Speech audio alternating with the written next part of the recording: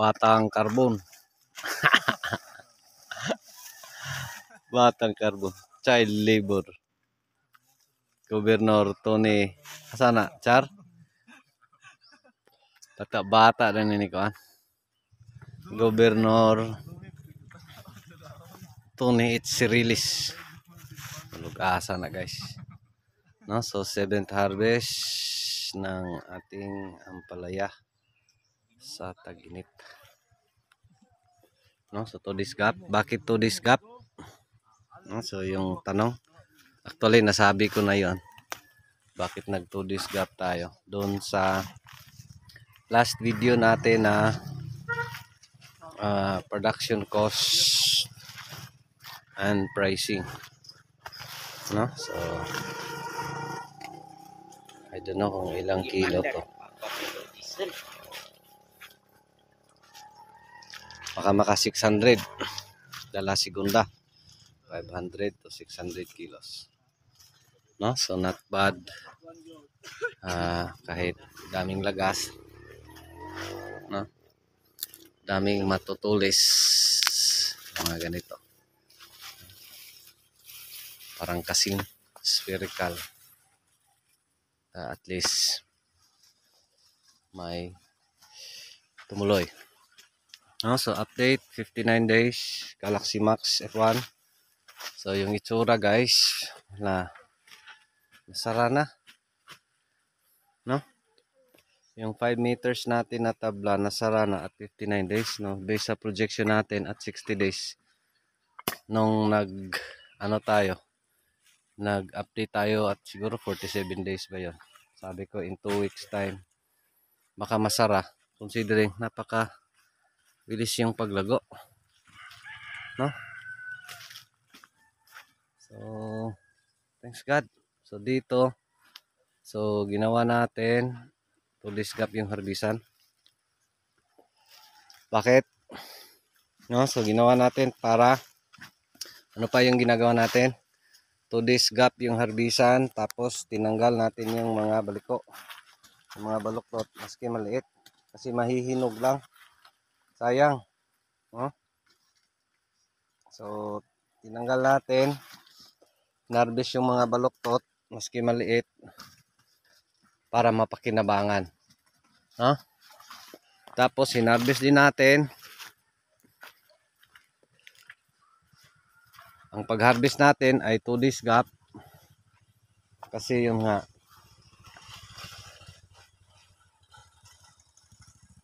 to give way sa mga maliliit na toy-toy. No? So yan yung paraan natin kasi grabe yung init. Tapos magdilig kami gabi. Gabi yung pagdidilig namin dito. Of course, magdidilig din sa araw. Kasi di kaya ng drip guys. Di kaya ng water source ang drip. No? So, ginawa natin. Dilig. Dilig talaga. Mano-mano. Gamit yung 1-inch hose. No? So, update. Medyo sarado na. No? Pero hindi pa masikip. Open pa dito. Pero yung atip niya ay nagsalubong na, no? At 59 days. Again, uulitin natin. Ito yung napakaganda sana. And again, uulitin ko rin. With God's grace and God's blessing, sana makayanan itong init. Lalo na ngayong papasara na, no? Kasi pag masara na, isa din to sa ating ina-anticipate na once masara na, so baka makayanan na ng ampalaya yung init kasi medyo madilim na dito sa ilalim, no? So yan din yung sana natin, sana baka makayanan, no? Considering again daming toy-toy, yun nga lang dami ring nalalagas, naggilo, inulog natin. So bawat ano talaga, no? Itong mga ganito hindi na to hinog. Di na to. No? Kasi nga, di kaya talaga. Yung sobrang init sa ating ampalaya. So again, medyo ano na titingnan. Malapit ng masara. Again, considering yung paggalaw niya ay napakabilis talaga. Kasi nga, virgin area, isa din yan. Tapos yung basal, tapos yung patubig natin dito, everyday talaga. Everyday, tapos sa gabi may area pa akong didiligan na kasi di makaya-kaya sa water source, no? Na basang-basain talaga. So sa atin may times na normal lang. So may ano kami nga okay lang. Nasa ganun yung mukha. Ayun nga lang. Maraming malagas. No? So uhaw. Dito dual machine na. Lahat. Tapos water pump, dalawa din. Malaki yung gastos sa tubig at saka gasolina. Gasolina natin dito guys, 3,000 to 4,000 a week. Napakalaki. That's a week. No? Based on last week na pagdidilig. Pero di pa rin enough. No, titingnan mo, basaya. Pero di talaga. Dami pa rin nalalagas. No? Pero again sa akin, sana dahil medyo madilim na, no? Sana makayanan itong sobrang init ng ating tanim. Actually, pare-pareho lang to guys. Diyan. Napakaganda tingnan. Yun nga lang, maliliit. Sa atin is paano natin yan makonvert. Si Lord na yung bahala. Maraming bunga talaga.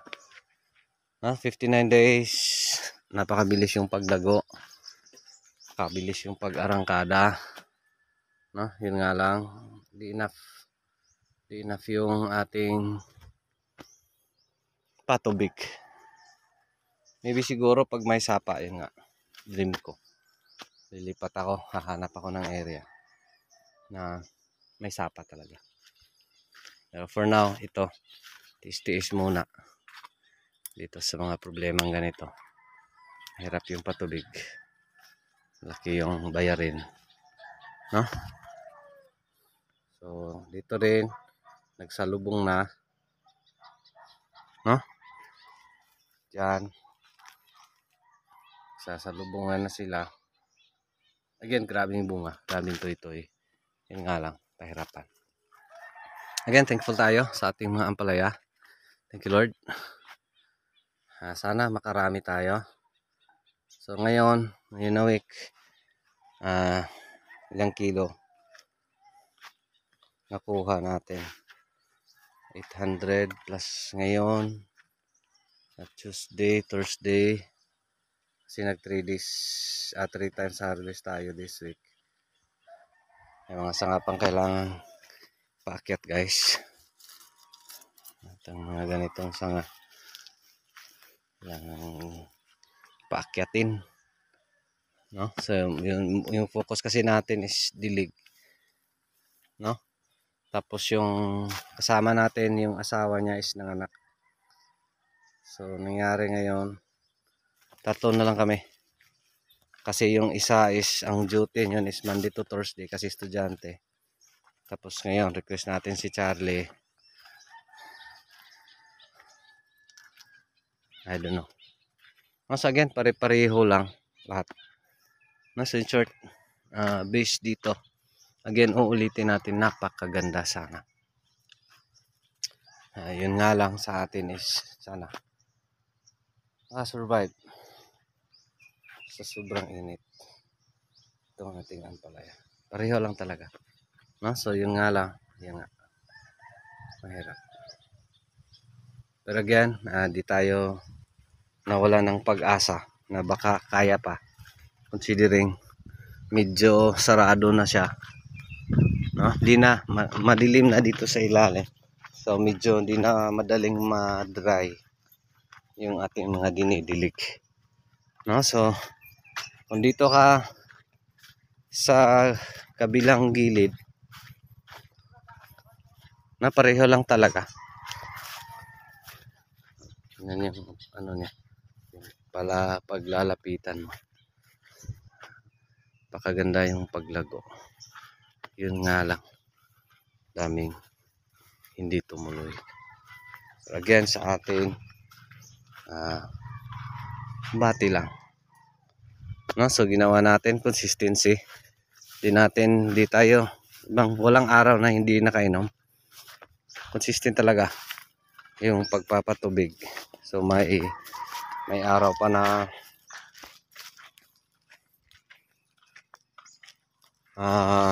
kasi water source yung problema. Kung kaya lang ng water source, ito yung mukha sa gilid. Kung kaya lang ng water source, pwede natin basain. Yan ang mukha sa malayuan.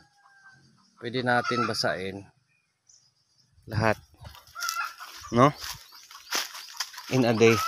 Pag hindi putol-putol yung water source. Kasi di kaya. Tapos may isa pa tayong water source. Yung sa Sibunga source, yung ungka. Palaging walang atagas.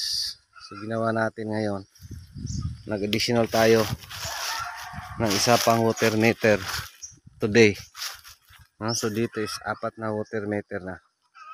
So pagpapatagasin natin yan buong araw in a month, yung babayarin nating tubig ay aabot hanggang 40,000. So yung isang meter kaya niyan 10,000 ang babayarin. So yun yung mukha dito, pare-pareho lang talaga. Yun nga lang, nahirap, no? So again, bakit tayo nag 3 times harvest? So again, to give way sa mga maliliit na toy-toy, to give way, inabis natin yung baluktot, to give way sa mga sumusunod na mga maliliit na hoping tumuloy. Kasi yun nga, ano tayo ngayon? April 6 na ba tayo? No, simula doon hanggang dito sa baba. Yun nga, again, para sa akin, napakalaking blessing. Yun nga lang, hindi na tempo sa magandang panahon. Pero despite that, salamat Lord, thank you Lord. Despite sa ganong klaseng panahon, ito, meron pa rin, no? Pareho lang talaga hanggang doon sa baba. Pakaganda sa mata kung titingnan, no? So ito ay 1,900 kapuno. 7th harvest today, 59 days. Sarado na yung 5 meters natin na row. For a record, maski nun sa ating mga magandang tanim, no? Di tayo nakapasara ng ganito kalapad, ganito kalawak na mga rows in 60 days, no? So in short, dito is yung virgin area, isang factor, malaking factor. Tapos itim yung lupa, no? Pareho lang.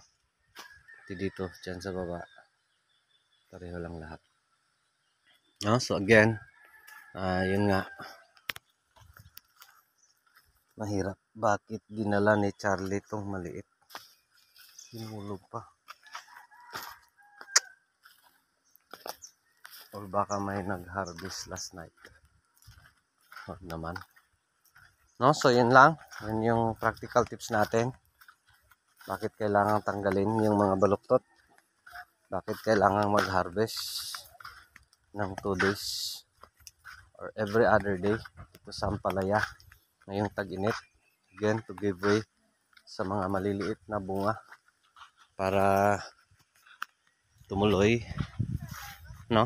Pero despite that, again, dami pa ring nalalagas, no? Dami tayong mga hinuhulog na mga nahihinog na mga bunga. Pero again, kahit papaano sa atin is laban lang at saka patuloy lang. No, so yun lang. Maraming salamat. Ito pa rin si Jupila Farmer, anak ni Matoy, ang farmer nga gwapo, suhito, may kahibalo. Apan ay saba. Ay manoon pa ko. Daghang salamat. And God bless. Thank you Lord. Again, kaming hinog. No? So sana kayanan itong init ng ating ampalaya. God bless everyone. Thank you Lord.